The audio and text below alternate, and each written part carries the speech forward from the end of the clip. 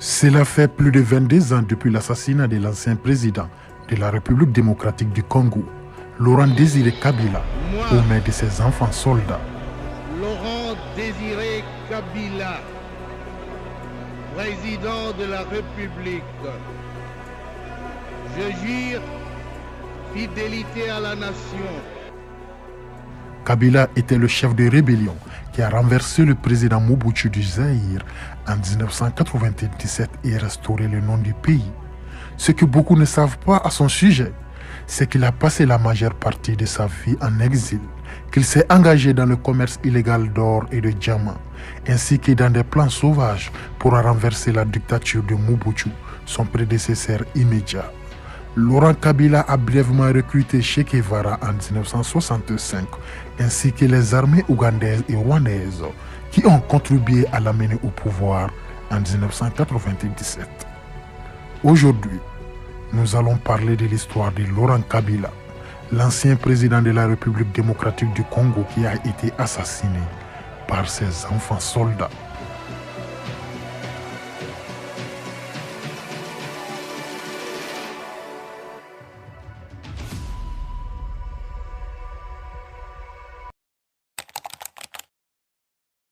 Laurent Désiré Kabila est né dans la province de Katanga, une partie de ce qui était alors le Congo belge. C'était en 1939.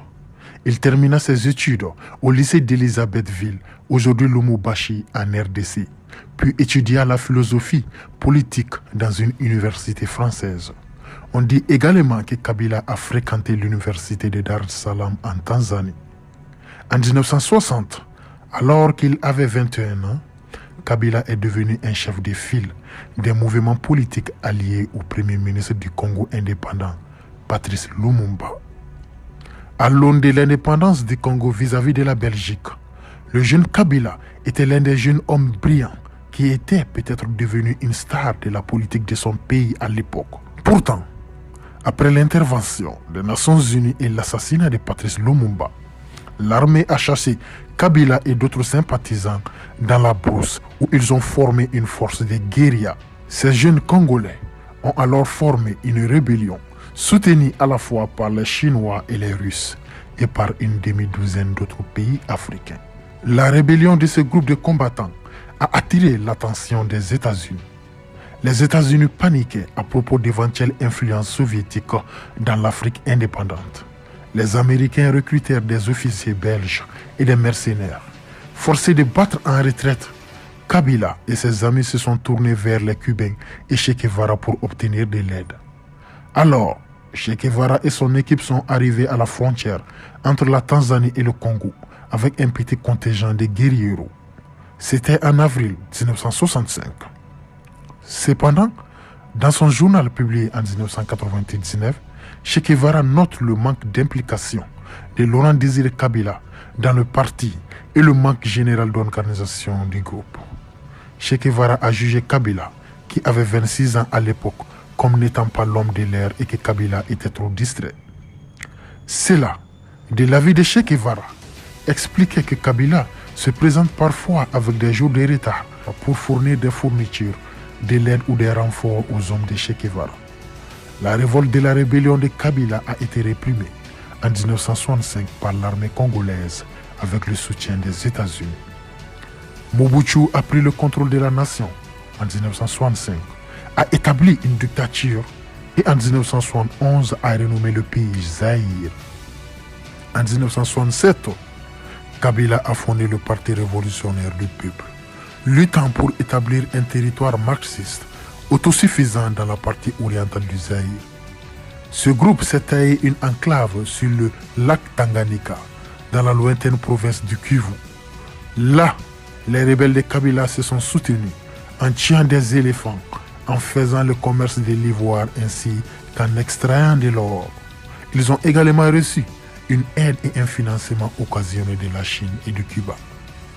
Les rebelles de Laurent Désiré Kabila ont également acquis une notoriété internationale en 1975 lorsqu'ils ont enlevé des étudiants américains et un chercheur néerlandais contre la rançon.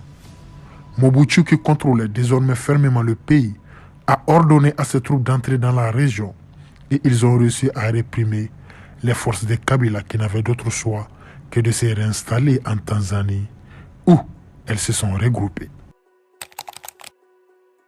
Dans les années 1970, Kabila a déménagé sa famille en Tanzanie après des années à diriger le mouvement rebelle infructueux au Congo. À cette époque, Laurent Désiré Kabila était un homme recherché qui vivait discrètement en exil en Ouganda et en Tanzanie. Pendant leur séjour en Tanzanie, les membres de la famille de Kabila ont utilisé des noms d'emprunt et ont dirigé plusieurs petites entreprises, bars, restaurants et des marchés. La famille a été protégée par le gouvernement tanzanien et a déménagé de maison en maison dans les quartiers aisés de la ville pour échapper à la détection par les agents de renseignement de Mobutu.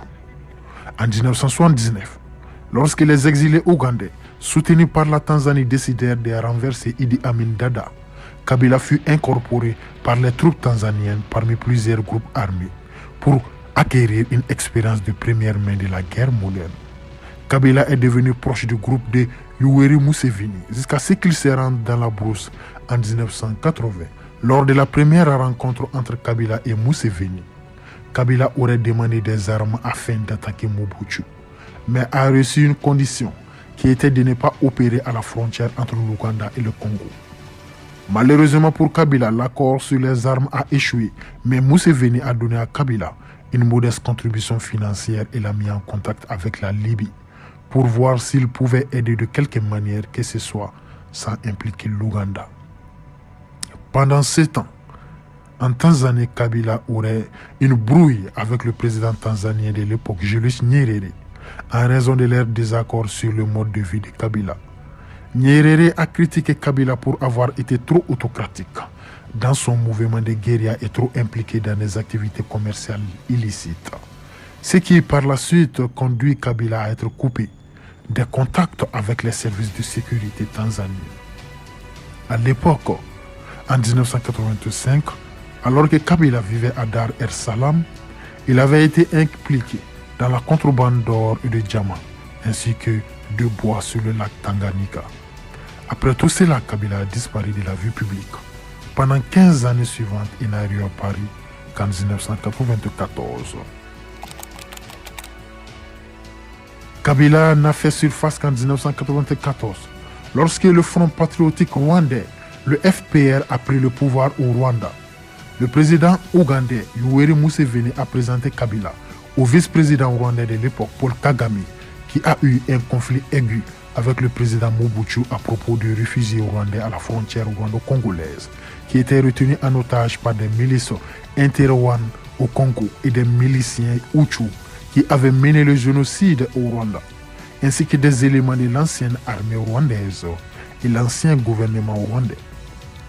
La présence des inter-Rwanda au Congo, ainsi que le soutien continu de Mobutu à ses anciens alliés Hutu, ont semé les germes d'une grande partie des bouleversements à venir et de la propre chute du dirigeant zaïrois. Les inter-Rwandais et d'anciens responsables du gouvernement rwandais ont utilisé les camps de réfugiés au Congo comme base pour lancer des attaques contre le nouveau gouvernement au Rwanda. En 1996, le Rwanda a décidé qu'il ne pouvait plus tolérer les camps de réfugiés. Les Tutsis du Sud, Kivu, appelés Banyamulenge, ont organisé un soulèvement à l'été 1996 contre le gouvernement de Mobutu. C'était avec le soutien du gouvernement rwandais. Dans la seconde moitié de 1996, l'alliance des Banyamulenge, des rebelles de Kabila, du Rwanda, de l'Ouganda et de l'Angola s'est formée pour renverser Mobutu. Voici donc les raisons pour lesquelles les différents pays et les différents groupes ont soutenu Kabila. L'Ouganda l'a apparemment soutenu comme moyen d'éliminer les groupes d'opposition ougandais à la frontière congo-zaïroise et peut-être aussi pour punir Mobutu. Et dans le cas du Rwanda, comme je l'ai dit plus tôt, il souhaitait éliminer les forces réfugiées Hutu au Congo-Zaïre et peut-être pour punir Mobutu. Le gouvernement angolais était motivé par le souhait de punir Mobutu ainsi que de porter un coup à ses opposants qui étaient les groupes séparatistes ainsi que l'unité de Jonas Savimbi. La coalition a choisi Kabila comme porte-parole probablement en partie parce qu'il était le plus âgé parmi les fondateurs de l'Alliance des forces démocratiques pour la libération du Congo, AFDL. Initialement, la direction de l'AFDL était censée être collégiale, Kabila n'étant que le porte-parole. Mais lorsqu'il a commencé à se faire appeler président de l'Alliance, d'autres dirigeants se seraient opposés, en particulier le général André Kissassé Ngwadou. Malheureusement pour Kissassé Ngwadou, Kabila s'est senti menacé pour lui et a ainsi consolidé sa base de pouvoir en organisant l'assassinat de Kissassé Ngwadou. On dit que cet assassinat a déplu au Kadogo, les enfants soldats du Congo. Et c'est peut-être la raison pour laquelle ils ont assassiné Kabila en 2001. Pendant ce temps, avec la fin de la guerre froide dans les années 1990, Mobutu avait perdu une grande partie de son soutien financier occidental. Marginalisé par le nouveau système multipartite au Zaïre, ainsi que par des problèmes de santé, Mobutu a finalement cédé le contrôle du gouvernement en mai 1997 à Laurent Kabila et ses forces. Mobutu mourut en exil peu de temps après. Lorsque les forces de l'AFDL ont pris le contrôle de Kinshasa, le 17 mai 1997, elles ont d'abord été accueillies avec un accueil enthousiaste. Kabila a ensuite prêté serment en tant que président de la Nouvelle République démocratique du Congo le 31 mai 1997 et a officiellement commencé son mandat de président. Se sentant menacé au cours de sa présidence, Kabila a suspendu la constitution et changé le nom du pays en République démocratique du Congo. Certains le voyaient comme une nouvelle race de leadership, tandis que d'autres le voyaient comme une continuation de l'autoritarisme et la corruption qu'il était censé remplacer.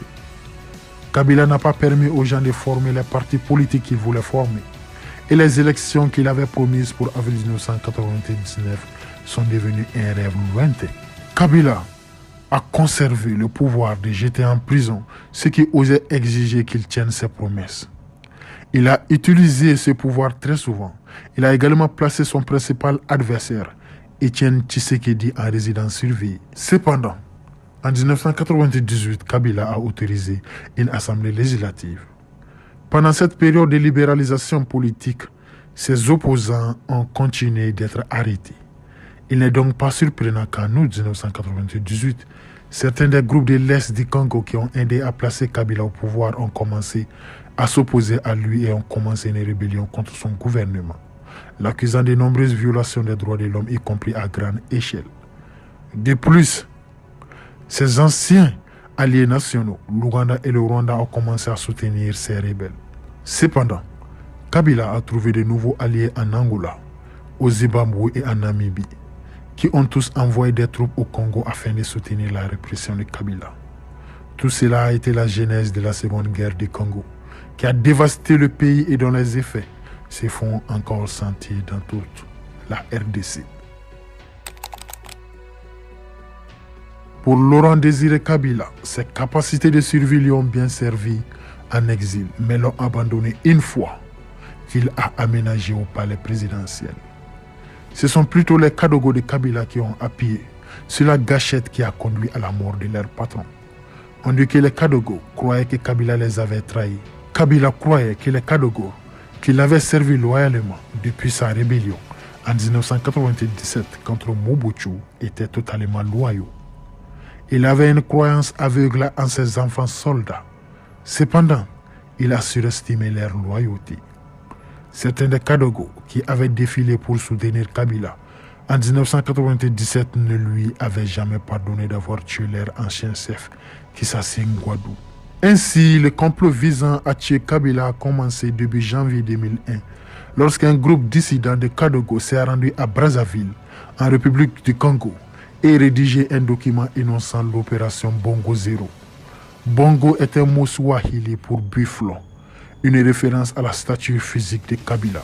On dit que le plan était que les conspirateurs s'infiltrent dans des positions stratégiques à Kinshasa, la capitale de la RDC, y compris le palais présidentiel, la station de radio et de télévision nationale et le siège de la compagnie d'électricité du pays.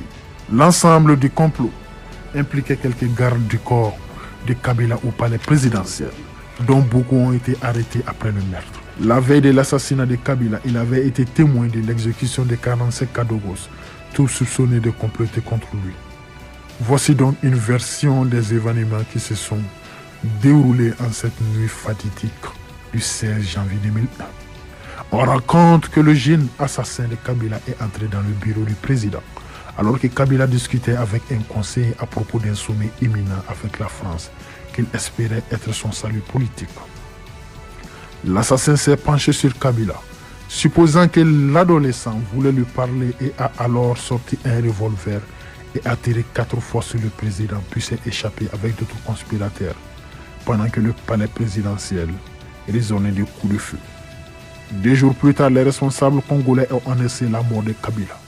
Son fils Joseph Kabila, alors âgé de 28 ans, est devenu le prochain président du pays. Après les événements de cette nuit fatidique, le 16 janvier 2001, un ancien collaborateur de feu le président congolais, Laurent Désiré Kabila, le colonel Idi Kampa, a été condamné à mort pour avoir tué le président. Un autre haut responsable et son garde-corps ont été impliqués dans le meurtre. Le colonel Idi Kampa était le bras droit de Laurent Désiré Kabila et le chef d'état-major de l'armée. Idi Kampa et Georges Leta ont été reconnus coupables d'avoir été le cerveau de l'assassinat ainsi que plusieurs autres membres de l'équipe du défunt président. 20 ans plus tard, en janvier 2021, les hommes reconnus coupables de l'assassinat de Laurent Kabila ont été graciés par l'actuel président de la RDC, Félix Tshisekedi. Cependant, la question de savoir qui était exactement derrière le meurtre de Kabila reste dans les annales de l'enquête.